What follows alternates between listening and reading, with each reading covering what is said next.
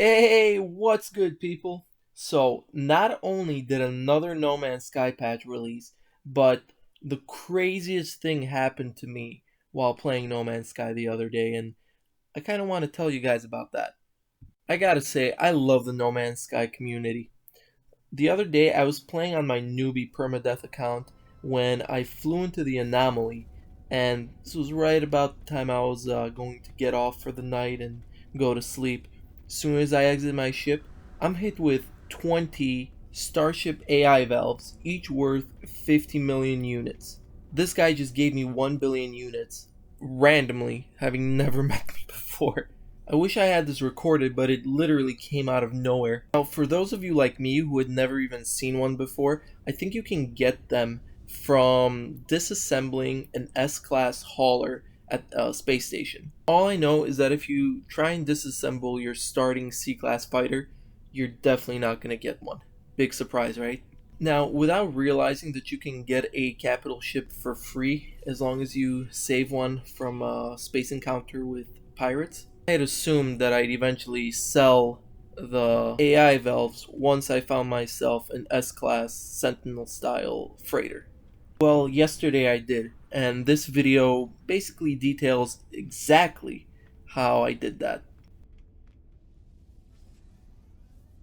Now, the rest of this time, I want to spend quickly going over some of these patch notes. There were no new updates per se, it was mostly just fixes to glitches and problems that had already been in the game since before patch 2.6.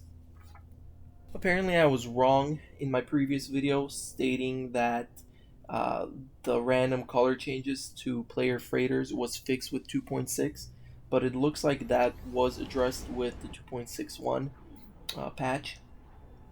So that's great. I mean, I hadn't even experienced it since 2.6, but oh well. That's good that it's finally actually in the game.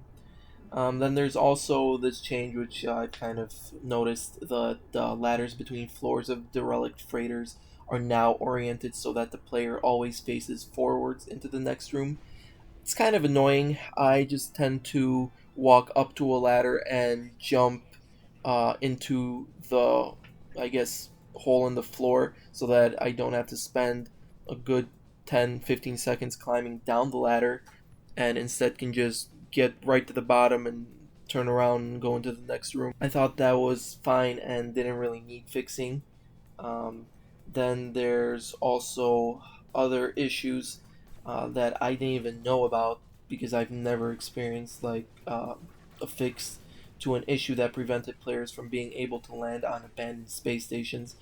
That's awesome. If you guys have found some and those are events, encounters that other players can visit in that same area, then let me know how to get there.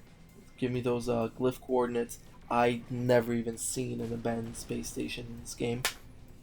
Another fix comes sort of as a disappointment to me. Remember when I said that I used one of the cargo bulkheads on my main account on my freighter and it just kept adding spaces until all the spaces were filled up and upgraded in my capital ship? Well, it turns out that was a glitch, which just got fixed with this update, so that cargo bulkheads do not are used up. In fact, instead of not being used up after they are used on a freighter. A similar issue that was fixed, quote unquote, was issue that was doubling the power of various fleet upgrade modules that could be installed in a player freighter, and that's also not really something that I would have thought needed to be fixed. Then there's other fixes that, although maybe not directly influencing my experience with the game, are definitely great, like fixing a number of issues that could cause overlapping text in the freighter storage container tabs. I did experience that. I didn't really make much of it since I hadn't really done much with those at that point, but that's definitely going to be helpful. Then there's also an issue that was apparently inflating the complexity value of a range of base parts, causing bases to be called incorrectly. I assume that now bases are going to be allowed to be bigger in terms of complexity and how much you can, just a sheer amount of how much you can put into a base. Again, that's all great. I consider that kind of an ease of life improvement. But I also wish some of these patch notes were more specific and actually clarified what exactly it is that they fixed with each of these um, patches.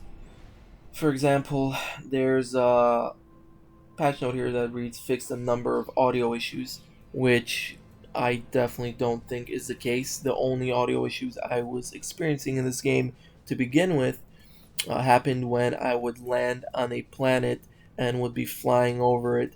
The audio would get extremely loud at certain points, and I experienced that even yesterday, so clearly this was not fixed with 2.61, although it doesn't specifically say what audio issues were fixed. The same goes for an issue that could cause players to damage themselves when shooting other players after having landed on derelict freighters. Now, I have the option to damage other players turned off exactly for this reason, and I experienced that for years, even before the Derelict Freighters update, or rather the Desolation update. So hopefully that's fixed. They also fixed some really hilarious issues, which I kind of wish they hadn't fixed yet, so I could have experienced these for myself. They fixed an issue that allowed players to destroy a derelict freighter they were currently aboard, and they fixed an issue that allowed players to summon the space anomaly on top of a derelict freighter. I'm really regretting not thinking of doing that myself. The patch also introduced some Xbox specific performance optimizations, as well as other general optimizations, and the PC only 2.61.1 patch made some optimizations for people playing the game on computers with integrated GPUs, which I'm not even sure why you'd want to do, but hey, good for you. You get to play the game now and not have as many issues, I guess. But yeah, so those were the major fixes in the newest patch. There's, of course, about 50 something patch notes, so there's a lot of stuff that I didn't cover, but it's mostly minor and cosmetic changes that really won't affect anyone particularly. Overall, I love what they've done with Desolation, but there's some new bugs caused by it that really need to get addressed quickly and have not been in 2.61.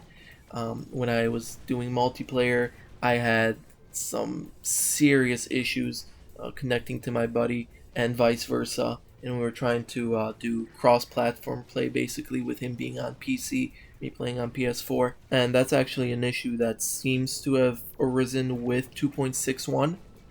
Then there's also what I mentioned on my Desolation review, which doesn't seem to ring as true anymore, and that would be about the unique derelict freighters.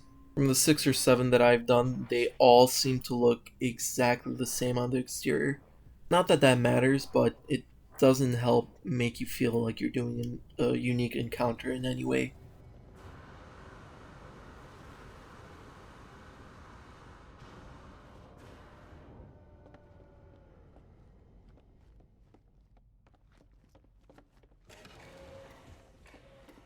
So that's all I wanted to say about the newest patch. And now getting back to the video, this was that final run where I got super lucky. It only took me about 6 or 7 tries to get this capital freighter to be an S class. And man, was this satisfying.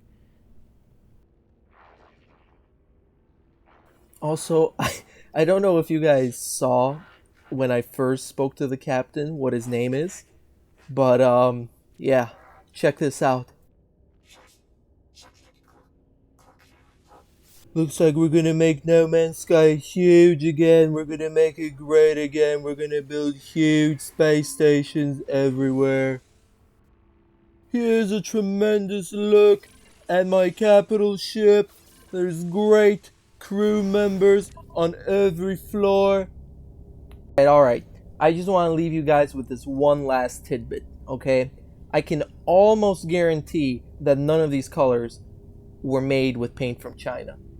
So yeah, I hope you guys enjoyed this quick little video, and I hope you tune in for the next one on Saturday morning. Peace, baby!